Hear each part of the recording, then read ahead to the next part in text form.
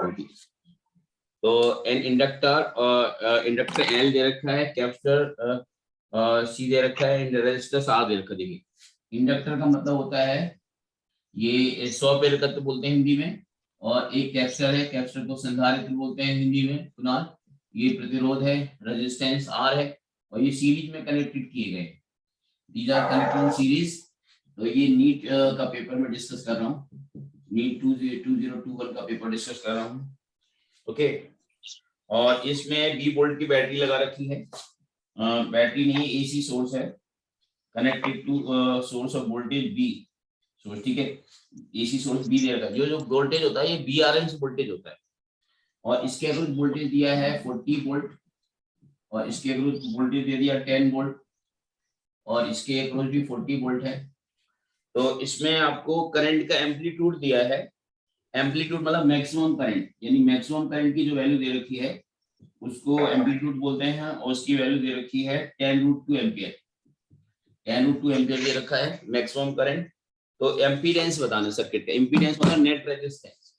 तो net resistance अगर देखा जाए जेड, ये हो जाएगा amplitude off peak voltage divide by amplitude of current, ये बन जाएगा D बराबर IR होता है ना। तो एसी के लिए क्या होता है बच्चे, जो जेड प्रतिरोध हो जाएगा टोटल, वो B naught by I naught हो जाएगा। बी नॉट कैसे निकाल सकते हैं हम लोग, उसके लिए हमें एक काम करेगा, बी नॉट तो हम यहाँ से आ जाएगा। देखो सबसे पहले तो बीआरएमएस वोल्टेज निकालेंगे। बीआरएमएस वोल्टेज जो होता है वो बी होता है, वो कैसे आएगा, वो अंडर रूट ऑफ रिजल्ट होता है उसका BR square plus BL minus BC का होल स्क्वायर, ये रिजल्ट होता है। तो अब इसमें अगर हम वैल्यू पुट करेंगे तो अंडर रूट ऑफ BR कितना है, ये BR, ये वाला BR है, ये BC है, और ये BL है। तो ये बन जाएगा आपका 40 का स्क्वायर, यानी कितना हुआ 1600, और ये BL माइनस BC यानी कि कितना हुआ 40 माइनस 10, यानी 30 का स्क्वायर 900 हो जाएगा। BL माइनस BC का होल स्क्वायर करेंगे तो यहाँ से जो वैल्यू आएगी आई थिंक ये 2500 हो जाएगा। तो 2500 का मतलब हो गया ये 50 आएगा, चेक करिए जरा, ये 50 वोल्ट आ जाएगा, बीआरएमएस वोल्टेज आ गया 50 वोल्ट, चेक करिए 50 आएगा ये। Yes sir. हाँ, ये बीआरएमएस वोल्टेज 50 वोल्ट आ गया। तो अब हमें आपको रिजल्ट पता होता है कि बीआरएमएस बराबर होता है बी नॉट बाई √2, एसी में होता है बीआरएमएस बराबर बी नॉट बाई √2। तो बी नॉट की वैल्यू निकालनी पड़ेगी, क्योंकि यहाँ पे हमें ये बी नॉट चाहिए, ये एम्पलीट्यूड करंट का दे रखा है, तो वोल्टेज का भी एम्पलीट्यूड पता होना चाहिए। तो यहाँ से बी नॉट की जो वैल्यू आ जाएगी 50√2 आ जाएगी, क्योंकि इसकी वैल्यू दे रखी है 50, तो बी नॉट की वैल्यू 50√2, तो 50√2, और आई नॉट की वैल्यू दे रखी है 10√2, √2 से √2 कट जाएगा, कितना आएगा 5 ओम आ जाएगा, जो इम्पीडेंस हो जाएगा वो 5 ओम आएगा। तो ऑप्शन जो इसमें दे रखा है, तो ये आंसर 5 हो जाएगा, ऑप्शन इसमें दिया हुआ है 5, तो इसका आंसर हो जाएगा आपका 4। ओके, ABC ऑप्शन में, फोर्थ ऑप्शन में 5 ओम दे रखा है, दैट इज करेक्ट। तो ये एक क्वेश्चन था। नेक्स्ट क्वेश्चन जरा देख लीजिए, इसका मैं वीडियो लिंक दे दूंगा आपको, तो आप इसमें देख लीजिएगा आराम से। बाकी बच्चों को अभी लगता है क्लास अभी तक शुरू नहीं हुई, और उनको अभी मैसेज भी किया है मैंने, कोई नहीं। क्वेश्चन नंबर 3 देख लेते हैं, एक 3 नहीं, इसके बाद ये क्वेश्चन नंबर हमारा जो था ये फर्स्ट था। सेकंड क्वेश्चन कौन सा है, ये सेकंड क्वेश्चन जो है वो रिफ्रैक्शन ऑफ लाइट पर, ये एक प्रिज्म दे रखा है। ये अभी क्वेश्चन कुणाल आपको समझ में नहीं आएंगे पूरी तरीके से, कॉन्सेप्ट अभी क्लियर नहीं होंगे ना, और जिसकी कॉन्सेप्ट क्लियर होंगे उसको समझ आ जाएगा। एक प्रिज्म दे रखा है, राइट एंगल प्रिज्म दे रखा है, तो अभी आप जस्ट उसको देखिए कि क्वेश्चंस किस तरह से बनाए जा रहे हैं, है ना। ये 60 डिग्री एंगल हो रखा है, इसको प्रिज्म में बोलते हैं, है ना। और इसमें जो म्यू दे रखा है इसका रिफ्रैक्टिव इंडेक्स, वो √3 दे रखा है, म्यू इज √3। तो इसमें बताना है एंगल ऑफ इमरजेंस, बताना कितना होगा। एंगल ऑफ इमरजेंस कहाँ से निकालेंगे, ये तो सीधे जाएगी, क्योंकि ये नॉर्मल के लोग जा रही है, तो वो बगैर मुड़े जाएगी, यहाँ पे टकरा लेगी। जब यहाँ टकरा लेगी तो यहाँ पे नॉर्मल आएगा, एक सरफेस पे एक नॉर्मल आएगा। तो ये एंगल कितना हो जाएगा 30, ज्योमेट्री से अगर ये 90 है, ये 60 है, तो ये 30 हो जाएगा, और ये 90 है, तो ये एंगल कितना होगा, ये एंगल 60 हो जाएगा, तो ये एंगल कितना हो जाएगा 30। अरे हो जाएगा कि नहीं? Yes sir. हाँ, तो अब देखो, अब एंगल ऑफ इंसिडेंस, ये नॉर्मल बना हमारा, ये नॉर्मल, तो ये एंगल ऑफ इंसिडेंस आई बन गया। अब एंगल ऑफ इमरजेंस बताने यानी आर ये बताने ई बताना, तो यहाँ स्नेल्स लॉ लगाना पड़ेगा। क्या करना पड़ेगा? Snell's law. यहाँ से यहाँ से स्नेल्स लॉ क्या होता है, इसका रिफ्रैक्टिव इंडेक्स का μ1 है और बाहर का रिफ्रैक्टिव μ2 है। μ2 मतलब एयर है, एयर का 1 होता है, तो क्या होता है μ1 sin i equal to μ2 sin r, r की जगह हम e लिख देंगे और ये e हमें निकालना भी है। तो ये μ1 आपका कितना है √3 और sin i की वैल्यू कितना होगा sin 30 1/2 हो जाएगा और μ2 जो है 1 हो जाएगा, एयर है, और साइन ई तो आप देखोगे साइन ई की वैल्यू √3/2 आ गया, यानी ई की वैल्यू हो जाएगा 60 degree. Angle of emergence should be 60 degree. ये सेकंड क्वेश्चन था, तो आपको समझ आ गया होगा। बच्चा समझ आ रहा है कैसे कर रहे हैं हम लोग? यस सर, काफी स्ट्रेट फॉरवर्ड क्वेश्चन है। हाँ शायद काफी स्ट्रेट फॉरवर्ड क्वेश्चन है, बिल्कुल बिल्कुल ज्यादा वैसे नहीं है। नीट में इस तरह से ही क्वेश्चन आते हैं, बेसिक कॉन्सेप्ट बच्चे का क्लियर है तो उसी तरह से आते हैं। मैं जरा एक बार यस को उसको कॉल कर दूं, इन्होंने क्लास अटेंड क्यों नहीं करी,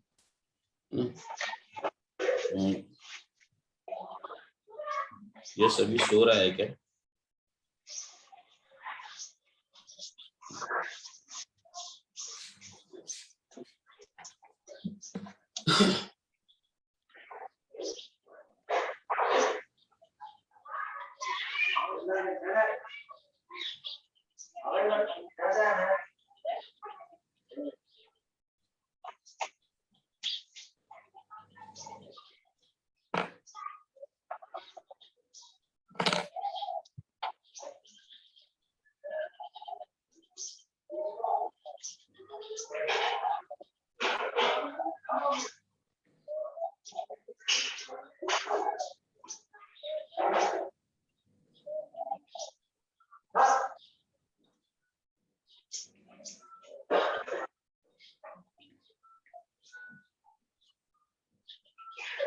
ठीक है, तो ये एंगल 60 डिग्री है।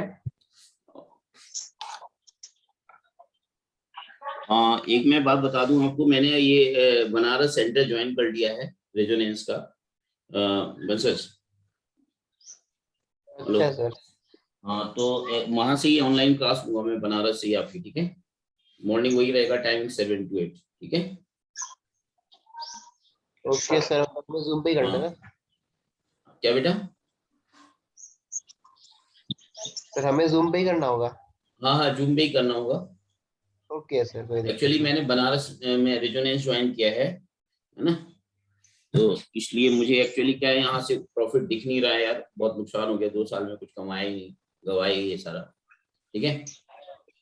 तो कॉल आगे इसलिए मैं वहाँ ज्वाइन करूँगा, तो वहां से उसके टेस्ट पेपर, वहां से आपको फायदा ये होगा कि मैं रेजोनेंस के आपको टेस्ट भेजता रहा करूंगा, है ना, लेटेस्ट टेस्ट है ना, लेटेस्ट सब कुछ है ना, ओके सर। शेयर करता रहूंगा, ये फायदा रहेगा आपको। रेजोनेंस का अच्छा नाम है आईआईटी के लिए। यस सर है। तो इसके पहले आप कौन से इंस्टीट्यूट में थे? इसके पहले मैं था विद्या मंदिर क्लासेस था, बीएमसी जयपुर में था, पहले देहरादून में भी था मैं, और इसके पहले आकाश में था, यहाँ पर बंसल क्लासेस में भी था। अभी रेजोनेंस में फर्स्ट टाइम ज्वाइन कर रहा हूँ, ठीक है। तो हटा दो इसको। Yes sir. तो ये हमने फोन कर दिया एक्चुअली अलीशा को भी क्लास अटेंड करनी। अलीशा का नीट का पेपर कैसा गया उसने कुछ बताया नहीं, तो वो जिसने बच्चे ने साल भर अच्छे से पढ़ा है ना, जिसने साल में पूरा ध्यान से पढ़ा है, उसके लिए पेपर कठिन नहीं होता, चाहे वो बच्चा कोई भी हो। अगर सीरियस रहा है तो डेफिनेटली रिजल्ट्स उसके हक में रहेंगे। जो हमारी एक बच्ची है इसमें जो हमसे पढ़ रही थी ड्रॉपर में 1 साल से, उसका 600+ स्कोर आ रहा है टोटल। तो 600+ स्कोर आने का मतलब ये हुआ कि उसका सीट पक्की हो गई एम्स में, है ना, क्योंकि नीट के थ्रू ही एम्स में सिलेक्शन होंगे, नीट के थ्रू ही होंगे। तो कोशिश कीजिए आप भी कुणाल कि 500 के ऊपर ही रहे, आप टेस्ट मार्क्स लेके आए अगर आपको उसमें, ठीक है। तो चलिए, तो 550 के ऊपर अगर मार्क्स लेके आएंगे तो आपको ठीक ठाक कॉलेज मिल जाएगा आपको, ठीक है। Yes sir. बस आप कॉन्सेप्ट पे ध्यान देते रहिए और थोड़ा मेहनत कीजिए, आप थोड़ा दिमाग लगाया करिए, है ना, जैसे कोई भी चीज समझाते हैं ना उसमें थोड़ा दिमाग लगाया करिए और उस चीज को एक्सप्लोर भी करना है टाइमली, ताकि आप उसमें कर पाओ। तो चलिए नेक्स्ट क्वेश्चन, थर्ड क्वेश्चन देख लेते हैं। थर्ड क्वेश्चन क्या है? थर्ड क्वेश्चन है बेटा, एक डायपोल है, प्लेस किया गया है इलेक्ट्रिक फील्ड में, और आप देखो इलेक्ट्रिक फील्ड उसने ऐसे दिखा रखी है, यूं करके ऐसे दिखा रखी है इलेक्ट्रिक फील्ड, और बच्चा डर जाएगा ये अजीब सी इलेक्ट्रिक फील्ड कैसे हो गई है। ये इलेक्ट्रिक फील्ड ऐसे दिखा रखी है उसने, इस टाइप से, इस तरह से इलेक्ट्रिक फील्ड दे रखी है। अब आप मुझे देख के बता सकते हो कि फील्ड कैसी है, यूनिफॉर्म है या नॉन यूनिफॉर्म, बताइए। ये इलेक्ट्रिक फील्ड यूनिफॉर्म है या non uniform? Question number third है। आप बताइए वंश, इलेक्ट्रिक फील्ड यूनिफॉर्म है या नॉन यूनिफॉर्म यूनिफॉर्म वाली है? तो नॉन यूनिफॉर्म है। हाँ बिल्कुल नॉन यूनिफॉर्म है। कैसे समझा? इनके बीच का गैप सेम नहीं है ना, यहाँ पे फील्ड, यस सर, वो थोड़ा पता चल रहा है कि एंगल अलग है। यहाँ पे इलेक्ट्रिक फील्ड ज्यादा होगी, कुणाल देख समझ गए आप? यहाँ इलेक्ट्रिक फील्ड मान लो E1 इस पॉइंट पे, यहाँ पे इलेक्ट्रिक फील्ड क्या E2, तो E1 की वैल्यू ज्यादा होगी E2 से। क्यों? जितना फील्ड लाइंस पास पास होगी ना, वहाँ वहाँ ताकत फील्ड की इतनी ज्यादा होगी, फील्ड की स्ट्रेंथ उतनी हाई होगी। ये वाला बंद कर दीजिए, वाला ये वाला, वहाँ उतनी ज्यादा स्ट्रेंथ होगी। अब यहाँ पे अगर डायपोल रख दें, अगर हम लोग इस फील्ड में अगर मैं डायपोल रख दूं, डायपोल का इसमें कहा गया है कि डायपोल हमने ऐसे रखा है कि इसमें जो डायपोल रखा है वो इसमें इधर की तरफ प्लस चार्ज रखा है डायपोल का, और इधर की तरफ माइनस चार्ज रखा है। तो डायपोल किस तरफ मूव करेगा ये पूछा गया। तो अब जरा बताइए, अगर मैं डायपोल का एफबीडी बनाऊं, फ्री बॉडी डायग्राम बनाऊं, तो अगर आप देखो नेगेटिव पॉजिटिव चार्ज में फोर्स कहाँ लगेगा, इधर कितना लगेगा, Q इंटू E1 लगेगा इधर, फील्ड की डायरेक्शन, पॉजिटिव चार्ज में फील्ड की डायरेक्शन फोर्स लगता है, और इसमें फोर्स कहाँ लगेगा, इधर Q इंटू E2। अब मुझे बताओ, क्योंकि E1 की वैल्यू ज्यादा है E2 से, तो नेट फोर्स कहाँ होगा? अभी आपने लॉज ऑफ मोशन पढ़ रखे हैं, QE माइनस QE2 की वैल्यू कहाँ होगी, इधर ही होगी ना, क्योंकि E1 की वैल्यू ज्यादा है। Yes sir.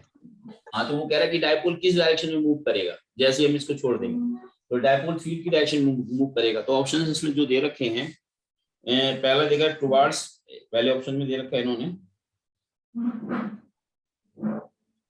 डायपोल जो मूव करेगा इसमें, फर्स्ट ऑप्शन में दे रखा है इसमें towards left as a potential energy decreases increases, towards right as potential energy will decrease, यही आंसर हो जाएगा।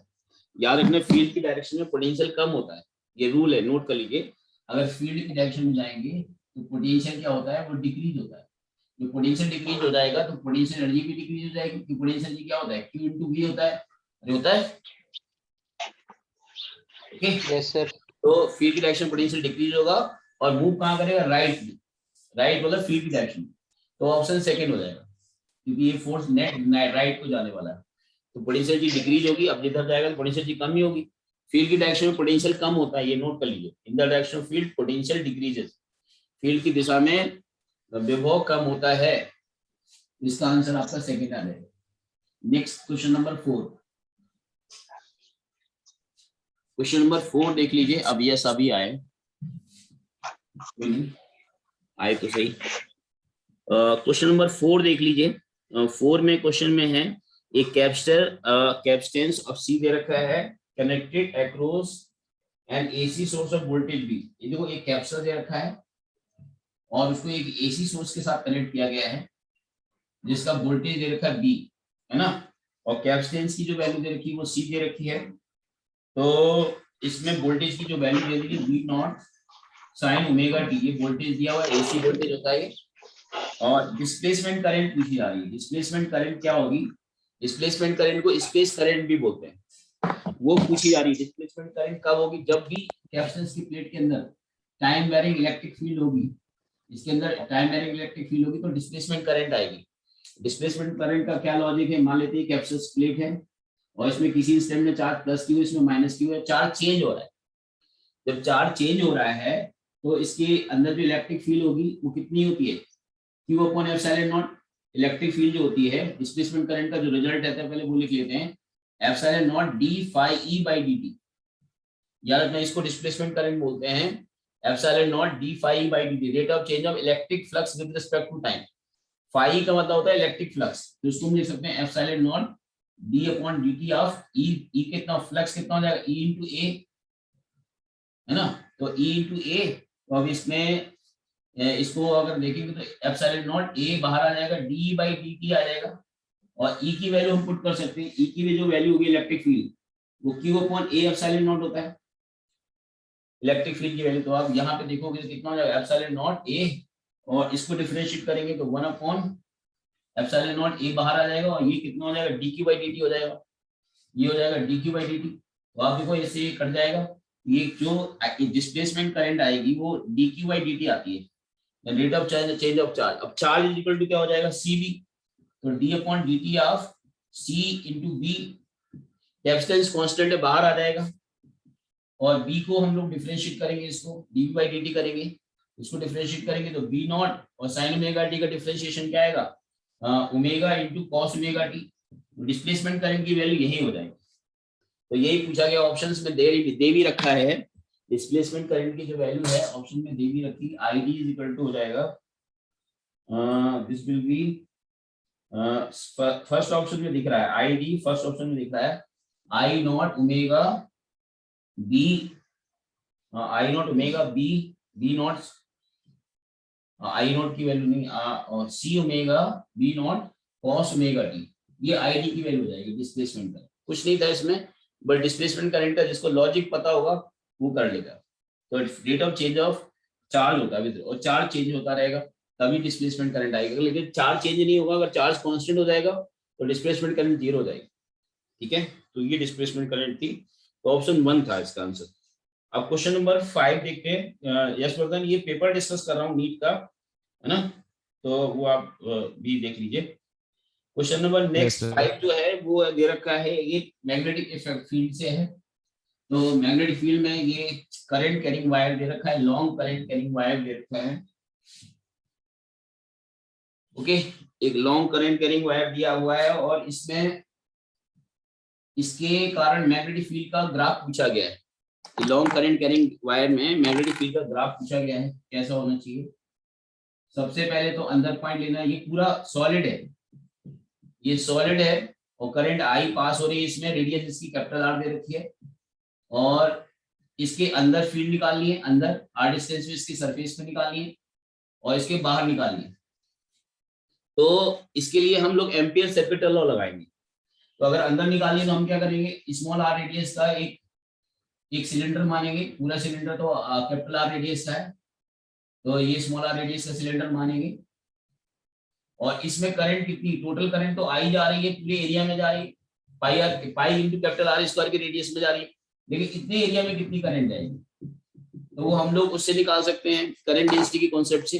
कैसे करंट डेंसिटी कॉन्सेप्ट कैसे निकालेंगे, देखो टोटल करंट अगर देखें तो ये J बराबर क्या होगा आई अपॉन ए, टोटल करंट क्या होगा पाई आर स्क्वायर, तो इतने एरिया में करंट कितनी हो जाएगी, वो आई डैश मान लेते हैं, अंदर वाली करंट, आई डैश क्या होगा J into pi small are square, J की वैल्यू गई I upon pi r square into pi small are square, तो ये आई डैश अंदर वाली फील्ड आ गई, करंट आ गई।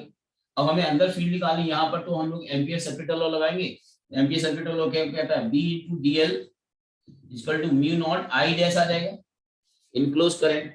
तो 20 पॉइंट पे हमने बार मान लेते हैं B1, अंदर फील्ड को B1 मान लिया, और जब डीएल करेंगे तो इसको टोटल सर्कमफ्रेंस को अगर इंटीग्रेट करेंगे तो 2 पाई आर आ जाएगा, 2 pi are is equal to कितना होगा म्यू नॉट आई डैश की वैल्यू ये डाल देंगे, पाई से पाई कट जाएगा, कितना होगा I small are square upon capital R square. तो आप देखोगे इसमें कि ये सब कुछ कटने के बाद B1 proportional to small are आएगा, यानी अंदर की जो फील्ड है, बाकी सब तो कांस्टेंट हो गया, यानी स्मॉल आर के डायरेक्टली प्रोपोर्शनल है, यानी कि जब भी स्टेट स्मॉल आर के डायरेक्टली प्रोपोर्शनल होगी तो y equal to y proportional to x straight line हो जाएगा ये, ठीक है, y proportional to x straight line हो गया।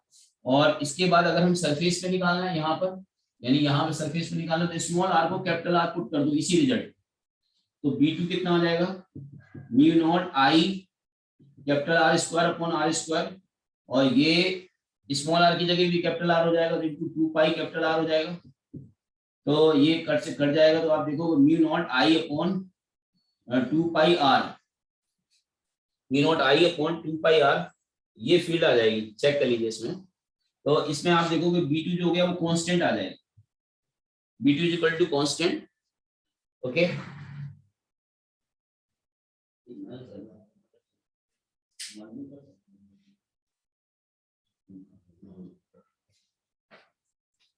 तो ये हो जाएगा आपको कांस्टेंट हो जाएगा B2। अब बाहर निकालनी है अगर फील्ड, तो बाहर के लिए क्या करना पड़ेगा, पहले तो आप देखो अंदर स्ट्रेट लाइन आ रहा है, बाहर कांस्टेंट आ गया, यानी सरफेस पे कांस्टेंट आ गया, बाहर के लिए लिखेंगे B3 फील्ड हो गई, तो B3 × 2πr। अब ये Gaussian sorry ampere separator loop बाहर के लिए मान लेंगे 2πr = μ0। अब करंट इनक्लोज तो पूरी आ जाएगी I, तो आप देखोगे B3 inversely proportional to 1/r आ गया। तो ये इस तरह से आप देखोगे तीन अलग अलग बिहेवियर आ गए। तो इसका ग्राफ आप बना सकते हो खुद ही कि इसका ग्राफ कैसे आएगा। तो इसका ग्राफ कुछ इस तरह से आएगा कि पहले हम लोग सेंटर से लेके सरफेस तक की बात करते हैं। तो ये बन जाएगा आपका, सेंटर से लेके अगर सरफेस तक देखेंगे तो ये बन जाएगा आपका B और R का जो ग्राफ आएगा वो स्ट्रेट लाइन आएगा पहले, और फिर यहाँ पे कांस्टेंट हो गया R = R पर, फिर इसके बाद रेक्टेंगुलर हाइपरबोला आएगा जब भी इन्वर्स होता है, तो इसका ग्राफ ऐसे आएगा। तो ऐसा जो दिख रहा है वो ऑप्शन थर्ड में दिख रहा है, ठीक है, तो ऑप्शन थर्ड हो जाएगा। अब लोग पेपर मैच कर सकते हो बाद में। तो चलिए नेक्स्ट क्वेश्चन जो है इसका फोर्थ, ये क्वेश्चन हमारा 5 हो गया था, अब 6 क्वेश्चन देख लेते हैं।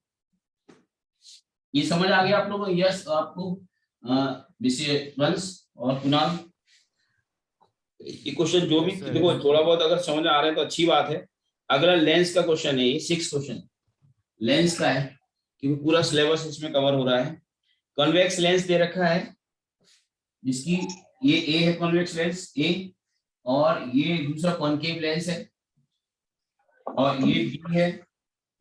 इसकी फोकल लेंथ दे रखी है f1 = 20 सेंटीमीटर और f2 दे रखी है 5 सेंटीमीटर, और इनके बीच का गैप दे रखा है d, इसके बीच का गैप d दे रखा है इसमें। और an object along the principal axis रखी है इफ ए पैरेलल बीम, एक पैरेलल बीम इसमें टकरा रही है इसमें कॉन्वेक्स में, और leaves b as a parallel, b को भी पैरेलल छोड़ दिया। इसका मतलब ये हुआ इसमें जब पैरेलल आ रही है तो इसके फोकस पे इमेज बनेगी। ये बात समझ में आ रही है? Yes sir. हाँ, इसके पैरेलल इसका फोकस मान लो यहाँ पे मान लेते हैं, यानी यहाँ पे ये इसका फोकस बन गया, इसका ये फोकस कितना होगा, ये 20 सेंटीमीटर होगा, फिर क्यों भाई होगा? Yes, बोलो ना sir. यार। और ये कितना हो जाए, ये अगर 20 हो गया तो ये कितना हो जाए d माइनस 20, और d माइनस 20 जो होना चाहिए वो अगर इसके फोकस पे इसमें पड़ा, यहाँ पे क्या होगा, इसमें पड़ेगी रे इसमें, और पढ़ने के बाद इसमें ये इसके पैरेलल हो जाएगा। इसका मतलब d माइनस 20 क्या होना चाहिए, इसका फोकस होना चाहिए। सिंपल तो क्वेश्चन है ना? तो बस, तो d माइनस 20 जो होगा इसका फोकस होना चाहिए, यानी 5 के बराबर कर देंगे तो d की जो वैल्यू आएगी 25 आ जाएगी, यानी इनके बीच का सेपरेशन ही पूछा गया था। तो बहुत आसान है, ये इसके फोकस में पड़े और जो पड़े उससे डिस्टेंस उसका फोकस बन जाए तो वो पैरेलल हो जाएगी। तो ये आंसर क्वेश्चन था, इसका आंसर 25 है।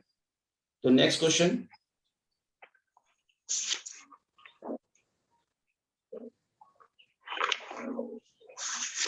ओके, इसके बाद नेक्स्ट क्वेश्चन जो है हमारा क्वेश्चन नंबर 6 हो गया ये।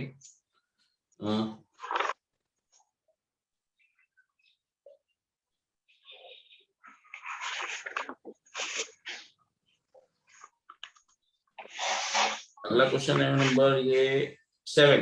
क्वेश्चन नंबर 7 देखिए, ये अच्छा क्वेश्चन है। इसमें कह रहा है कि ये de Broglie wavelength of lambda, de Broglie wavelength of, अच्छा डी ब्रोगली वेवलेंथ नहीं, इलेक्ट्रोमैग्नेटिक वेव है ये लैम्डा है, कोई इलेक्ट्रोमैग्नेटिक वेव्स है, इलेक्ट्रोमैग्नेटिक वेव उसकी वेवलेंथ लैम्डा दे रखी है, and incident on A photosensitive surface, एक फोटोसेंसिटिव सरफेस में इंसिडेंट हो रही है जिसका वर्क फंक्शन नेग्लेक्सिबल है, y फाई की वैल्यू 0 दे रखी है। तो इसमें कह रहा है कि मास ऑफ फोटो इलेक्ट्रॉन जो निकल रहा है उसका मास m है। सूर्या ये फैन ऑन कर देना जरा। मास m दे रखा है, photo electron emitted from the surface has a de Broglie wavelength lambda d। अब जरा देखो डी ब्रोगली वेवलेंथ और इस वेवलेंथ में फर्क होता है, डी ब्रोगली वेवलेंथ का जो रिजल्ट होता है वो H/mv होता है, याद रखना। ये काइनेटिक एनर्जी से रिलेट करती है। तो काइनेटिक एनर्जी से कैसे रिलेट करेगी? काइनेटिक एनर्जी से रिलेट करेगी, इसको हम लिख सकते हैं 1/H/2m/E के। ये काइनेटिक एनर्जी के साथ रिलेशन होता है, मोमेंटम को काइनेटिक एनर्जी के साथ रिलेट करती है। ये वाली डी ब्रोगली वेवलेंथ होती है, और ये वाली जो वेवलेंथ है वो फोटोन की एनर्जी होती है, Sc/λ वाली वेवलेंथ है। ये फोटोन की एनर्जी से रिलेटेड वेवलेंथ है, और ये मूविंग पार्टिकल के कारण जो उसकी वेव कैरेक्टर होता है उसकी वेवलेंथ को डी ब्रोगली वेवलेंथ बोलते हैं।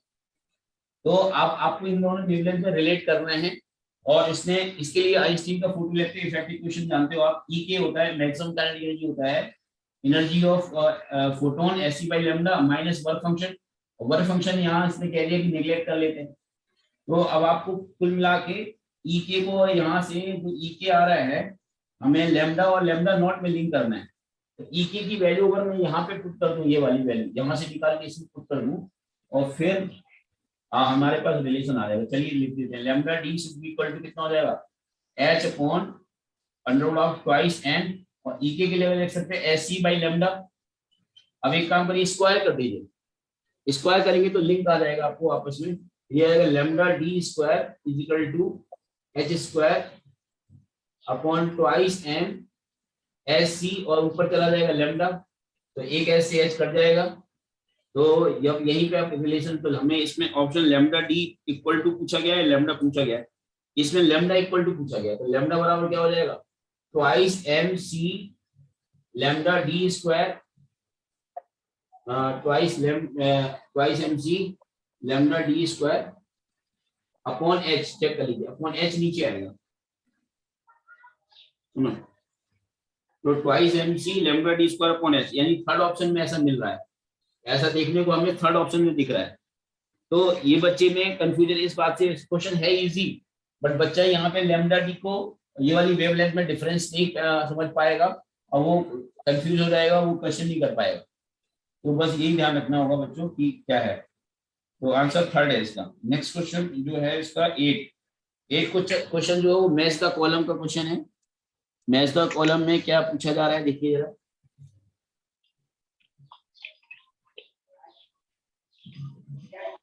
क्वेश्चन नंबर 8 में इस तरह का कॉलम बना हुआ है,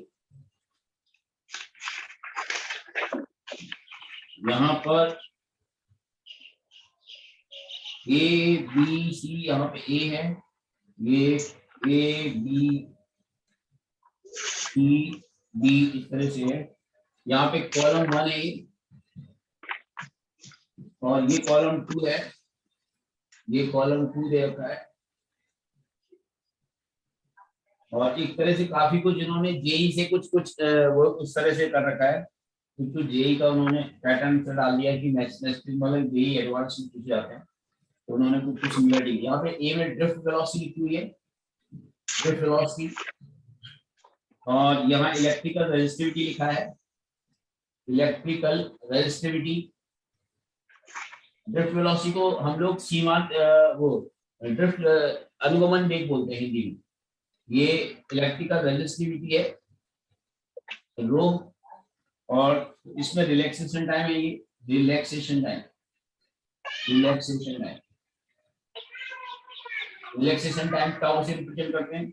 और डी में जो दिया है वो करंट डेंसिटी दिया है, करंट डेंसिटी जो होता है वो जे होता है, इसके सामने लिख देते हैं। इसमें इन्होंने लिखा है m/n/e² रो, n/e² रो दे रखा है, और ये जो क्यूब में दे रखा है वो NEBD लिखा है, NEBD, और इसमें E/m इंटू टाउ लिखा हुआ है, ये E/j लिखा है, E/j।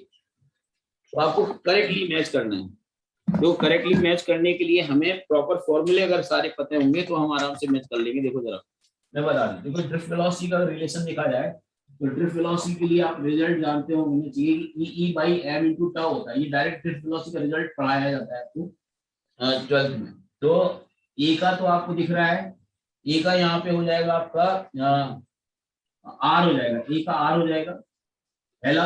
अब दूसरा इलेक्ट्रिकल रेजिस्टिविटी, इलेक्ट्रिकल रेजिस्टिविटी का वैल्यू होता है m/ne² टाउ होता है। तो इलेक्ट्रिकल रेजिस्टिविटी निकालना है, तो यहाँ से देखो इलेक्ट्रिकल रेजिस्टिविटी टाउ की वैल्यू जरूर आ जाएगी यहाँ से। टाउ इज इक्वल टू कितना हो जाएगा, m upon n e square रो।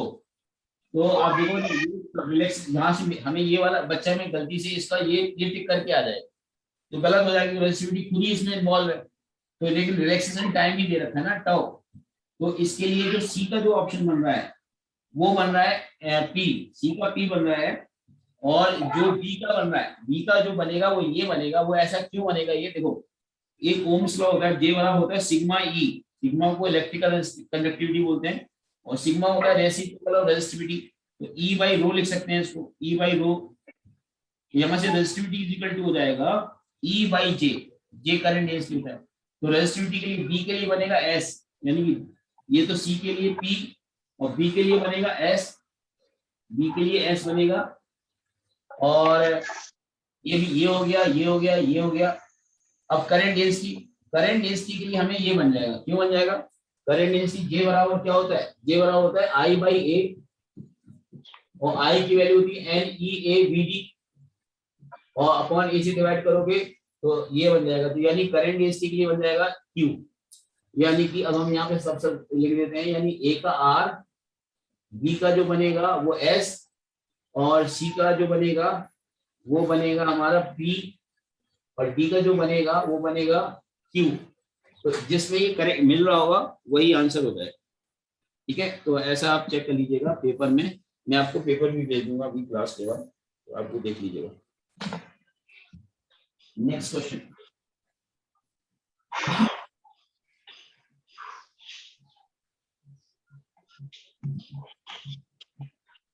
नेक्स्ट क्वेश्चन जो है ये है, हाँ इसमें जो मिल रहा है करेक्टली 1 में मिल रहा है, ये जो पेपर मेरे पास है। इसके बाद क्वेश्चन नंबर 6 हो गया, 7 हो गया था, ये 8 हो गया था ये। अब 9 क्वेश्चन देखिए, 9 क्वेश्चन जो है वो रेडियो एक्टिविटी से है। एक कोई रेडियो एक्टिव न्यूक्लियाई है एक्स, जिसका एटॉमिक नंबर दे रखा है, एटॉमिक नंबर होता है नीचे जेड, मास नंबर होता है ऊपर ए मास नंबर दिया, ये दिया है, और रेडियो एक्टिव डिके हो रहा है इसमें। ए से बन रहा है बी, और बी से बन रहा है सी, और सी से बन रहा है डी। जरा चेक कर लेते हैं इसमें, जो ए जो इन्होंने बी बना रखा है इसका Z-1 हो जा रहा है मास एटॉमिक नंबर, और मास नंबर जो है उसने कहानी कुछ नहीं बोला, और सी का एटॉमिक नंबर Z-3 हो जा रहा है, और डी का जो मास एटॉमिक नंबर है Z-2 हो जा रहा है। और इन्होंने कुछ पार्टिकल्स लिए हैं, पार्टिकल उन्होंने कौन कौन से लिए हैं ऑप्शंस में, उन्होंने बता रहे कि मैं यहाँ पे ऑप्शन लिखना ही पड़ेगा। यानी कि पहला जो ऑप्शन लिखा है उन्होंने कहा alpha beta minus beta plus, दूसरा जो है alpha beta plus beta minus, third जो दे रखा है beta plus alpha beta minus, and fourth option में दिया है beta minus alpha beta plus. तो इसमें आंसर जो मुझे बेस्ट लग रहा है वो थर्ड लग रहा है। ऐसा क्यों लग रहा है, इसका मैं रीजन बताता हूँ। देखो बीटा प्लस में बच्चे जानते नहीं, बीटा माइनस को तो इलेक्ट्रॉन बोलते हैं, बीटा प्लस क्या होता है, पॉजिट्रॉन होता है।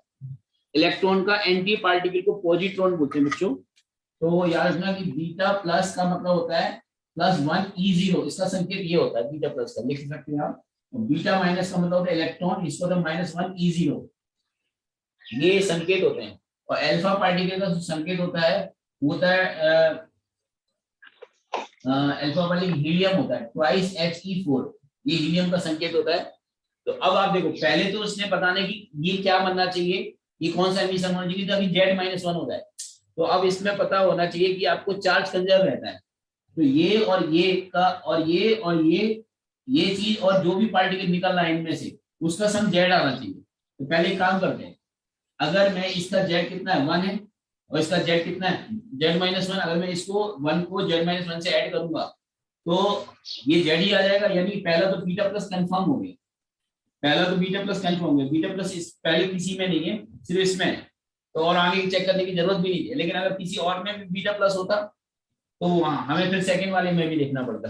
लेकिन चलिए सेकंड वाले को भी चेक कर लेते हैं। अब दूसरा क्या है, दूसरा अल्फा, क्यों मैंने बोला अल्फा में क्या होता है, जेड में 2 की कमी आती है, तो ऑलरेडी 1 की कमी तो आ चुकी है इसमें। इसमें अगर 2 और निकल गए तो Z-3 हो जाएगा, यानी इसके रिस्पेक्ट में 3 हो जाएगा, इसके रिस्पेक्ट में 2 की कमी आ जाएगी। इसका मतलब अल्फा, ये अल्फा ही होना चाहिए, ये बीटा प्लस होना चाहिए, ये अल्फा होना चाहिए। तो इसका मतलब सेकंड लॉ अल्फा दे रखा। अब इसमें भी चेक कर लेते हैं, बीटा माइनस में क्या होता है, बीटा माइनस में होने से क्या होता है, इसका संकेत क्या होता है -1। अगर मैं इसको जोड़ूंगा तो ये बनना चाहिए, तो देखो ना इसको जोड़ोगे तो z -2 -1 z -3 आ जाएगा, यानी ये बीटा माइनस ही होगा। तो बेस्ट ऑप्शन जो आएगा वही है। ये समझ आएगा सभी को? Yes yes sir. सर। ठीक है, अब नेक्स्ट क्वेश्चन देख लेते हैं।